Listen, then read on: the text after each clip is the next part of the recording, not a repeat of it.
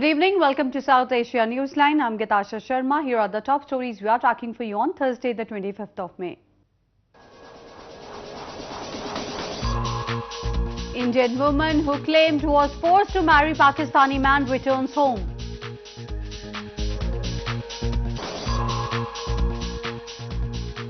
Protests held in Pakistani Kashmir against illegal detention of political leaders.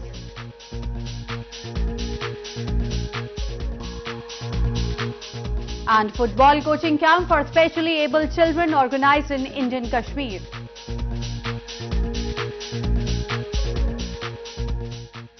And now for all the details. An Indian woman who said she was forced by a Pakistani man to marry at gunpoint returned to India on Thursday, a day after the Islamabad High Court allowed her deportation.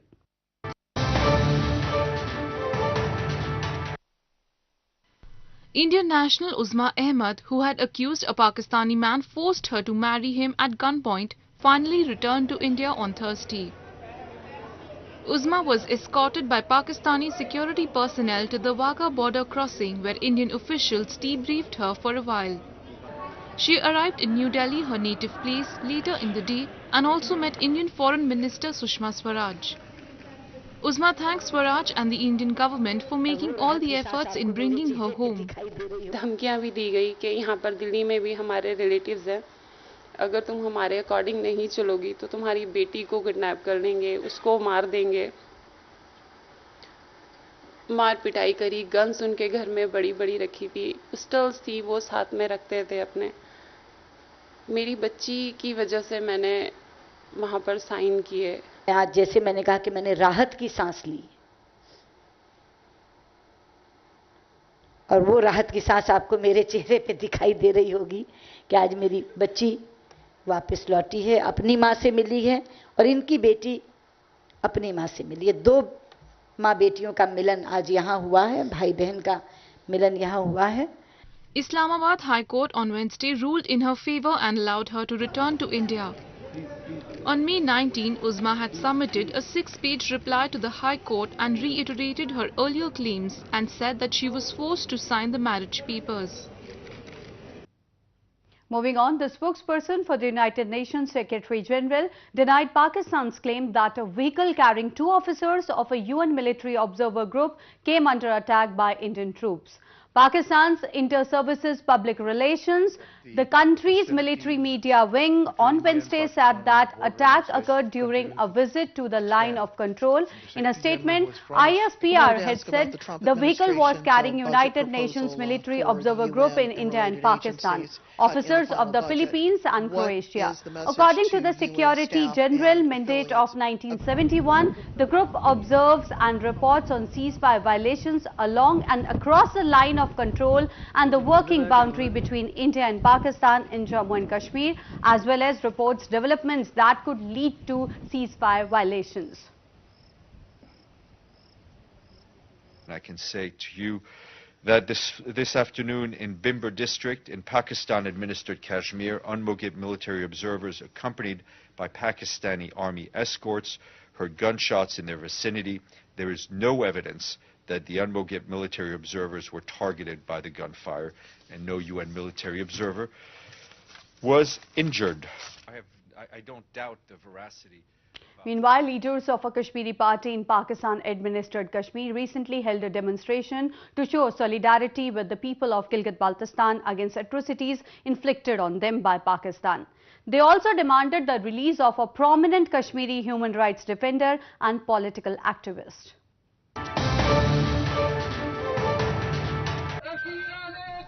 Locals in Pakistan-administered Kashmir carried out protests against Islamabad's oppressive policies and grave human rights violations in the region. The Jammu Kashmir Awami National Party on Wednesday raised anti-Pakistan slogans and held rallies in Rawalakot, Muzaffarabad, Kotli and other parts of the illegally occupied territory. The protesters also raised the issue of illegal imprisonment of top political leaders like Baba Jan, who has been jailed for 40 years for raising his voice against Pakistan. While addressing the gathering at Rawalakot Chowk, leader of the Kashmiri party highlighted the injustices being meted on people of the disputed territory of Gilgit-Baltistan. आज भी वहाँ पे गिलगित-बल्तिस्तान के अंदर जब लोग अपने हकूक के लिए बात करते हैं तो उनको एंटी टेररिस्ट एक्ट के तहत 40-40 साल की सजाएं दी जाती हैं। Large number of people gathered in Rawalakot city to demand the immediate release of the Kashmiri leader who is languishing in a Pakistani jail along with hundreds of other Kashmiri prisoners. Protest rallies are held regularly to highlight Pakistan's violation of human rights and the atrocities being perpetrated on the Kashmiri people in Pakistan-administered Kashmir. In news from Pakistan, a special bench of the Supreme Court will hear plea of Pakistan Prime Minister's son, Hussain Nawaz, objecting the presence of 2 joint investigation team officers for the family's investigation in the Panama Papers leak.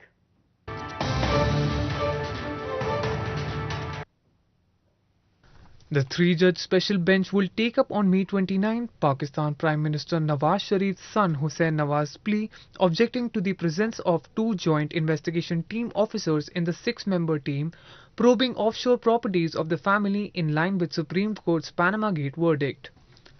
Hussain has alleged that one of them is a close friend of former President General Pervez Musharraf and the other one is currently aligned with opposition Pakistan, Tehreek-e-Insaf or PTI. Meanwhile, the JIT investigating the Panama Papers revelations has sent questionnaires to Sharif and his sons Hussain and Hassan Nawaz. The team has also written to Sharif and his sons to record their statements. However, the JIT wants Sharif and his sons to respond to the questionnaires before recording their formal statements.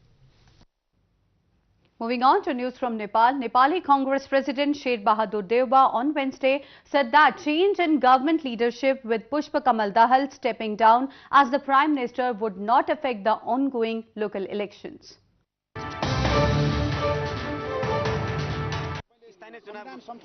Nepali Congress President Sher Bahadur Deuba on Wednesday said CPN Maoist Centre Chairman Pushpa Kamal Dahal's resignation as the country's Prime Minister will not affect the second phase of local elections slated to be held on June 14. Deuba thanked Dahal for paving way for change in the government leadership as part of the deal reached between Nepali Congress and the CPN Maoist Centre. Expressing confidence that the cooperation based on the agreement between both the parties would continue in future, Deuba said his party will always remain committed to implementing the pacts reached with all the political parties. Deuba pressed Dahal by saying that under his leadership, economic growth increased significantly owing to the growing economic activities as the result of peace and stability in the country.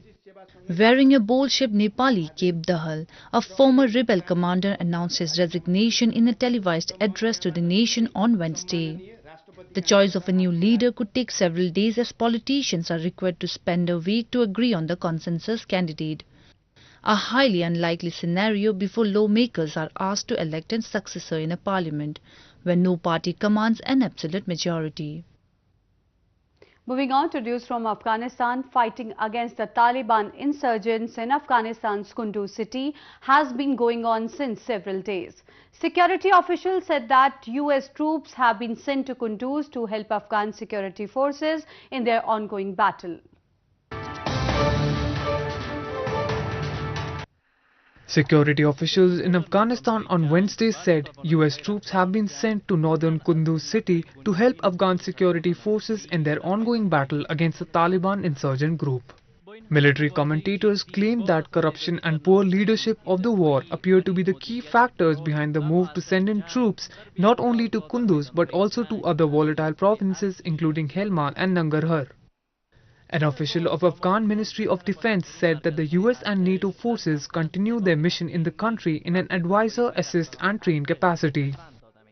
مدیریت در جنگ مربوط افغان هاست و امریکایی ها و ناتو میخوان که این مدیریت را از پیشتر قویتر بسازن. حکومت افغانستان از این مرضای مهلکی که مانند فساد است، بی اتفاقی است، به اصطلاح شخصیت طلبی است و منافع هر کس منافع ملی فراموش شده، منافع شخصی تفوق پیدا کرده، از این خود نجات بده.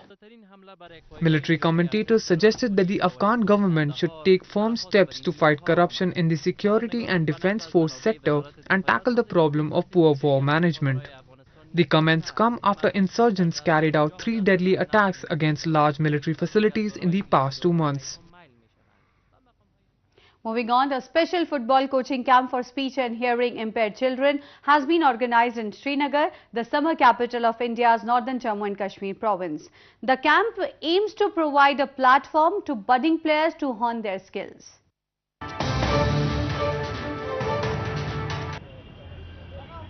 A first ever special football coaching camp for speech and hearing impaired children has been organized in Srinagar city of India's northern Jammu and Kashmir province. The coaching camp, named Grassroots, organized by the Jammu and Kashmir Football Association, aims to train budding players and provide them a platform to showcase their talent. The coaching camp is being held in various districts of the province to reach out to more children.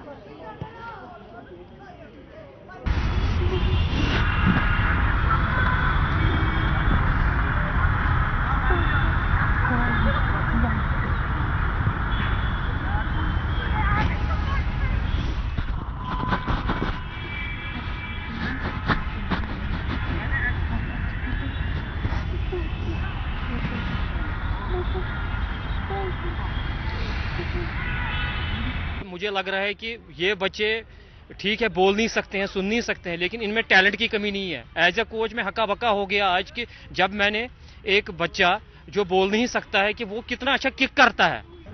In Srinagar, the children got to learn warm-up, running, kicking, heading and other techniques from experienced coaches. A number of them showed enthusiasm and demanded for such kind of coaching camps in future as well. Young designers in India's fashion capital Mumbai city put their best foot forward to showcase their collections for bagging the Best Designer trophy. Models walked down the ramp in floral motifs and vibrant colors, wearing breezy and casual numbers.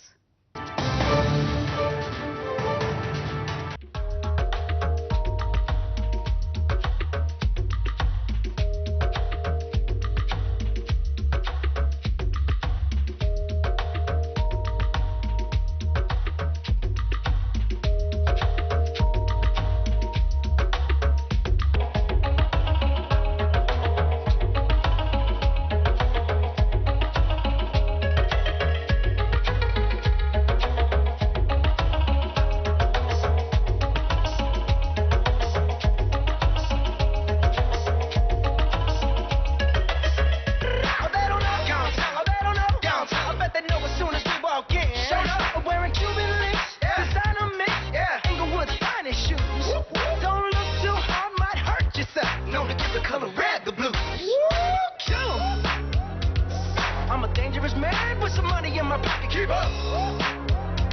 So many pretty girls around me and they're waking up the rocket. Keep up. I'm talking to you. See you standing over there with your body. Feeling like I wanna rock with your body. Well, that's the way it was in South Asia this evening. Before we conclude, the top stories once again. Indian woman who claimed was forced to marry Pakistani man returns home.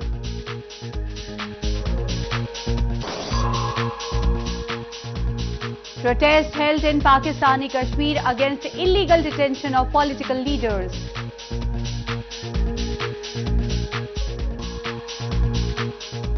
And football coaching camp for specially abled children organized in Indian Kashmir.